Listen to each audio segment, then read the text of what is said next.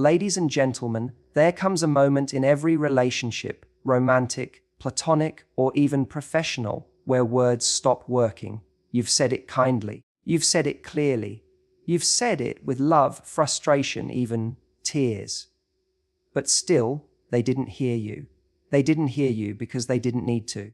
Because your presence was too convenient, your love too consistent, your patience too forgiving. And that's when something inside you shifts. Not with anger, not with drama, but with stillness, silence. You stop reminding them how to love you. You stop explaining why you're hurt. You stop proving your value. And ironically, that is when they finally start to hear you. Because silence is uncomfortable. Because silence is noticeable.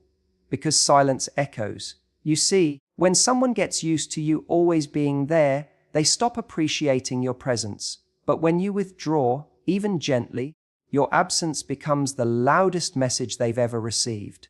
Silence isn't weakness, it's wisdom. So often, we're taught that if someone doesn't understand us, we need to explain more. If they hurt us, we should talk it through. If they're pulling away, we should lean in and fix it. But there's a quiet kind of strength that isn't loud or emotional.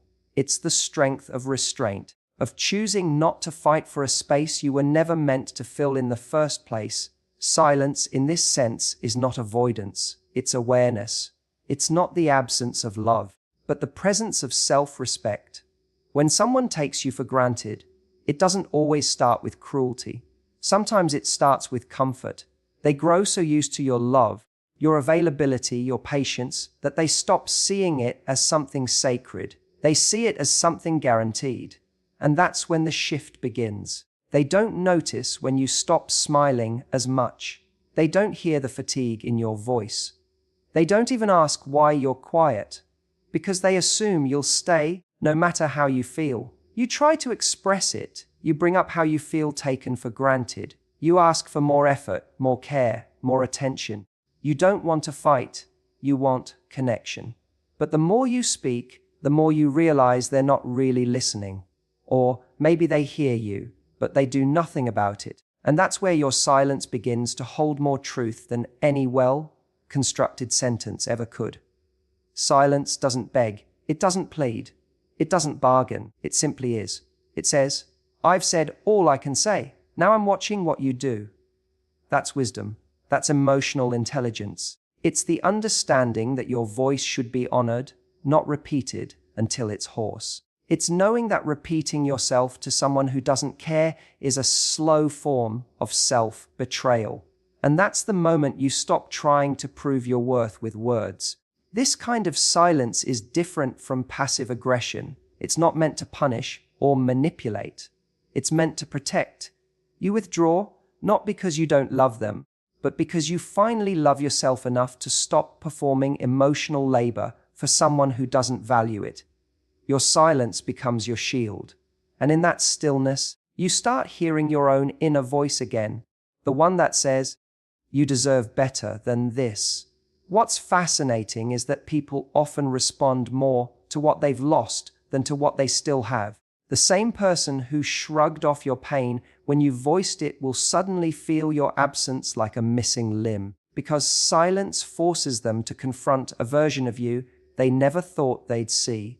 The version that doesn't chase, doesn't beg, and doesn't wait. Your silence teaches them what your presence used to mask, that you were a gift, that you brought warmth, understanding, forgiveness, and energy into their life. And now that it's missing, the echo becomes deafening. Some will only then realize what they had, others won't. But either way, your silence has done its job. It delivered a truth that words could never quite express, that you will not stay in spaces that starve your soul. Silence is wise because it's intentional. It's not given out of spite, but out of clarity. It's the deep breath you take before you choose peace over chaos. It's the line you draw not with noise, but with stillness. And sometimes the loudest revolution in a relationship is not yelling, not crying, not debating, but walking away quietly and letting your silence say everything. When you stop explaining yourself, you reclaim your energy. There comes a point in your life, especially in your relationships, where you realize that constantly trying to justify your feelings, your needs, and your worth is exhausting. You start to notice that every time you explain yourself to someone who isn't willing to understand you, you're not gaining clarity, you're draining yourself. And that's when something powerful happens. You stop. Not because you've given up, but because you've finally understood that your energy is sacred. We live in a world that often demands justification. Why did you pull back? Why are you hurt? Why aren't you texting back right away? Why do you need space? So we explain, we over-explain. We try to soften our truths for people who aren't even listening. We think that if we can just find the right words, they'll finally get it. We think that if we pour out our heart enough times, they'll meet us halfway. But the truth is, someone who truly values you won't need a full explanation to treat you with respect. And someone who doesn't value you will never be moved by all the explaining in the world. You start to realize that every repeated explanation chips away at your self-worth. You begin to notice how much energy you've spent trying to convince someone of something they already see, but choose to ignore. Explaining why you deserve love, consistency, or basic decency becomes an emotional negotiation that always leaves you losing something, either your dignity or your peace. And then you begin to ask yourself, why am I still trying to be understood by someone who doesn't even want to see me clearly? The moment you stop explaining is the moment you start honoring your boundaries.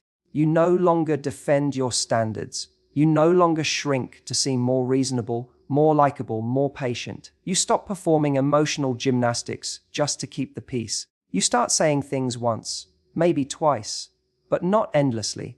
You begin to let your actions, your silence, and your distance speak for you. You reclaim all the energy that used to go into managing their reactions, soothing their egos, and softening your truth. It's not about shutting people out. It's about realizing that your peace matters more than their temporary comfort. It's about recognizing the people who constantly require explanations as people who are often not willing to meet you with the same understanding.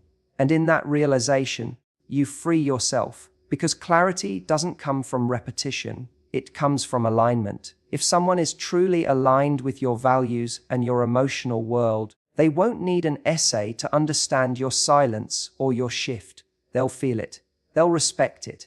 Reclaiming your energy also means redirecting that power inward. All that effort you used to put into getting them to see you, you now put it into seeing yourself more clearly. You start listening to your intuition again. You give yourself permission to feel what you feel without needing to justify it. You validate your own emotions before handing them over to someone else for approval. That is liberation. And ironically, when you stop explaining, that's when people start paying closer attention. Your quiet boundaries begin to say more than your loudest pleas ever could. The emotional distance they once ignored becomes a mirror, and they either step up or they fall away. But the beautiful thing is, by that point, you're no longer trying to control their choice. You're no longer explaining to be chosen. You're standing in your truth, calmly and unapologetically. And that's when you realize you never needed them to get it. You just needed to stop giving them your power. Because your energy isn't up for debate. Your worth isn't up for negotiation. You don't need to keep explaining why you're deserving of love, attention, consistency, or care. You don't need to justify your standards, your healing, or your growth. And when you stop explaining yourself to people who never truly saw you, you finally create space for people who will. Distance reveals what presence concealed. Sometimes when you're constantly showing up for someone, constantly available, always present, they forget what it means to actually lose you. They begin to take your energy as a given, not because they're cruel or calculated, but because human nature adapts. We adjust to consistency. We assume what's always been there, always will be. And that's when presence becomes invisible, not because it lacks value, but because it becomes expected. You might show up every day with care, check-ins, kindness, forgiveness. You offer space for their emotions, you ask the right questions, you hold their struggles like they're your own. And in doing all of that, something subtle begins to happen. they stop noticing. Not because they're ungrateful, necessarily, but because your presence becomes part of the background noise, like a soft hum, always there, always reliable. They stop hearing it, but then you pull back, not out of revenge, not to play a game, but because something inside of you knows it's time to reclaim your energy. You grow tired of giving without being seen, tired of speaking but not being heard, tired of being the constant in someone's life while they remain inconsistent in yours. So you step back, not with anger, but with intention. And that's when the truth begins to show itself. Distance strips away the illusion. When you create space, you're no longer cushioning their experience of you. You're no longer managing their emotions, maintaining the connection for both of you, or initiating every repair.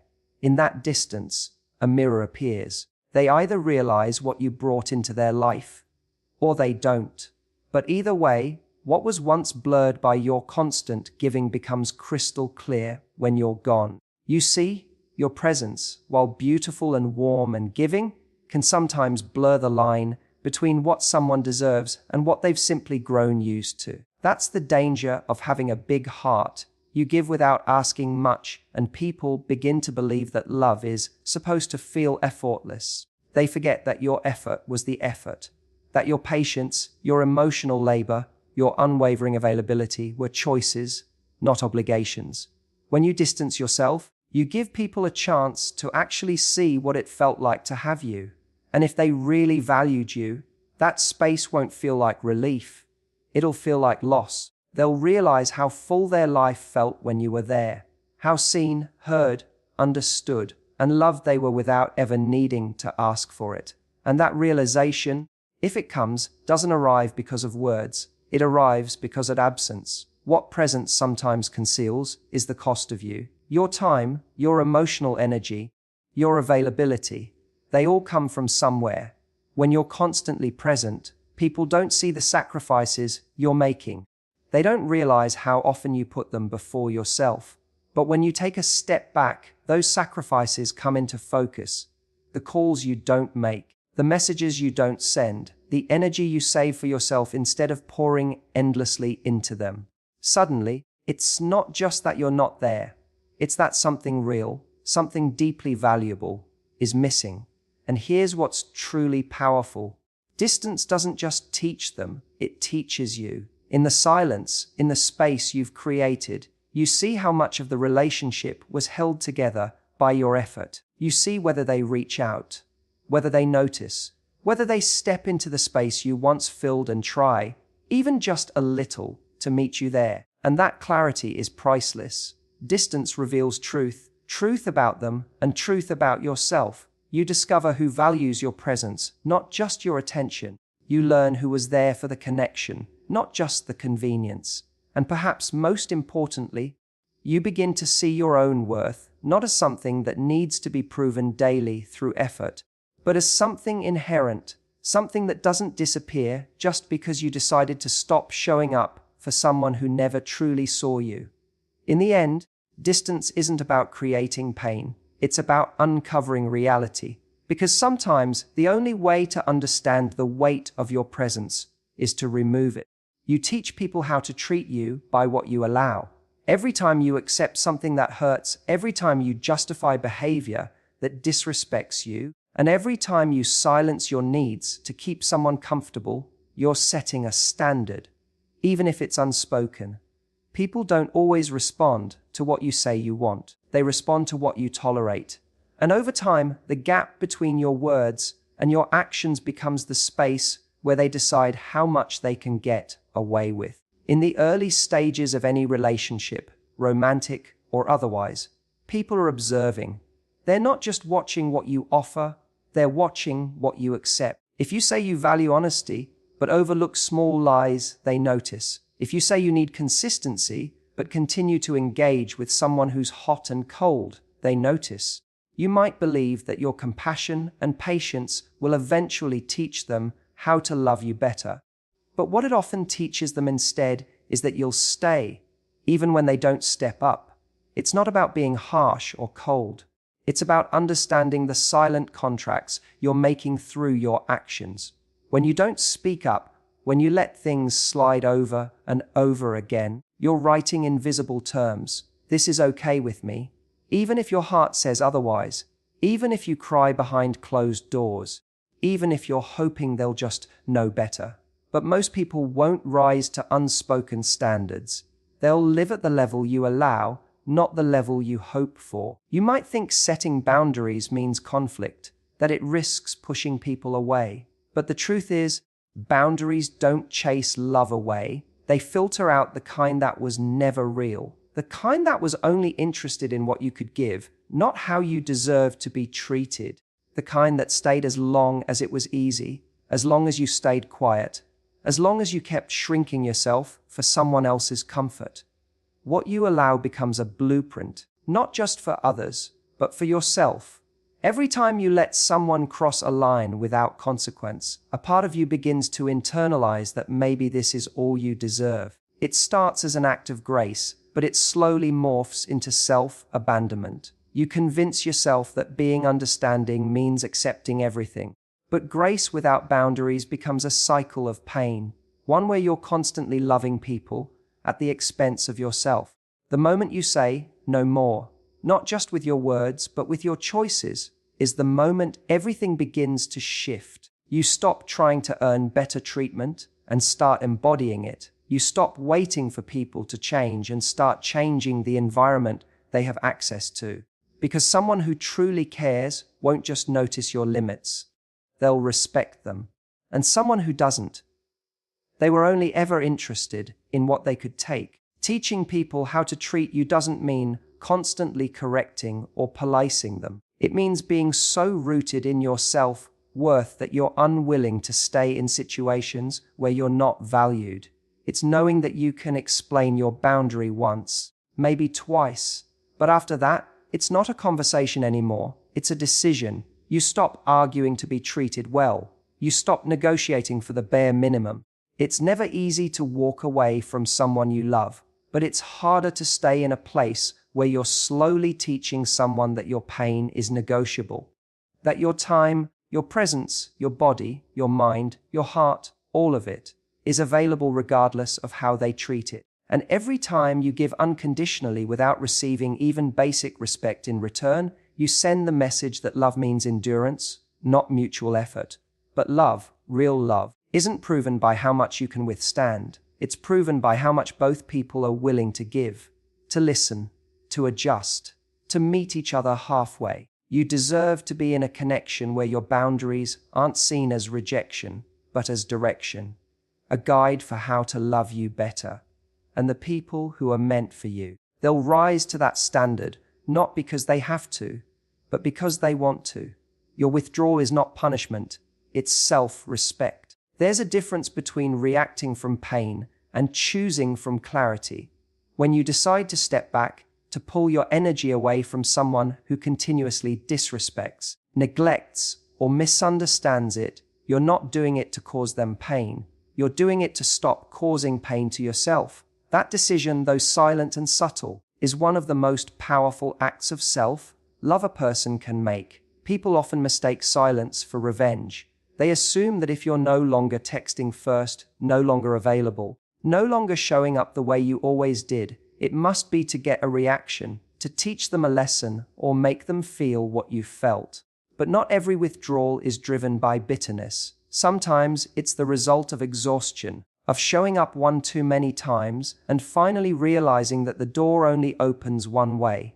It's not about creating guilt in the other person. It's about finally choosing peace over proving your worth. There's a quiet dignity in no longer needing to explain why you're stepping away. You've said it before, clearly, kindly, and maybe even tearfully. You gave warnings. You set soft boundaries. You expressed what you needed, what hurt, and what wasn't working, and still, nothing changed. Eventually, you stopped speaking not because you have nothing left to say, but because you finally understand that your words won't create change where there's no willingness to hear them. So you leave, not with anger, but with grace. You stop fighting for connection, stop chasing clarity, stop trying to make someone care as deeply as you did. And what many people don't realize is that stepping back takes more strength than staying. It's easy to cling. It's easy to hope. It's harder to look at someone you love and say, I can't keep doing this to myself. That's not punishment. That's protection. You're protecting your heart, your energy, your time. You're no longer willing to be the only one investing, giving, carrying the emotional weight of two people. And this isn't about being perfect or never making mistakes. It's about seeing the pattern, the consistent neglect, the broken promises, the emotional unavailability, and choosing not to lose yourself in someone else's inability to meet you. Withdrawal also creates space for reflection. It allows the other person to see the void left by your absence. But more importantly, it gives you room to breathe, to recalibrate, to remember who you were before you started bending, shrinking, and doubting yourself in the name of love. You begin to remember that your value was never meant to be proven by staying in places that refuse to honor it. Sometimes, the most loving thing you can do for yourself is to walk away without explanation, not out of cruelty, but out of the deep understanding that you've outgrown pain disguised as love. Your silence isn't a cold shoulder, it's a shield, a boundary, a message that says, I will no longer allow my love to be mishandled. And if they call it selfish, let them. If they say you gave up too soon, let them speak. Because you know the truth. You didn't walk away the first time it hurt. You stayed, you tried, you gave grace, until giving grace started costing your inner peace, until your generosity became self-betrayal. And that's when you finally understood love shouldn't require you to lose yourself to keep it. Pulling away doesn't mean you don't care anymore. It means you finally care enough about yourself to stop waiting for someone else to do the work only you were doing. You're not punishing them. You're choosing you, choosing healing, choosing alignment, choosing to no longer be the only one trying. It's not revenge. It's self-respect. And the difference is everything. Here's a strong, emotionally grounded conclusion to your speech. Hey took you for granted until your silence spoke louder. Powerful. Elegant in the style of a Matthew Hussey closing. So let them wonder why the text stopped. Let them feel the silence where your presence used to live. Let them sit with the echo of everything they ignored while they had you. Because your silence wasn't meant to hurt them, it was meant to heal you. It wasn't the absence of love, it was the presence of self-worth. You don't need to shout. You don't need to beg. You don't need to prove anything anymore. You just need to remember this. The right people won't need your silence to hear you. They'll listen the first time. They'll see your value before your absence reveals it. And when they do, you'll never have to disappear to be respected again. Thank you.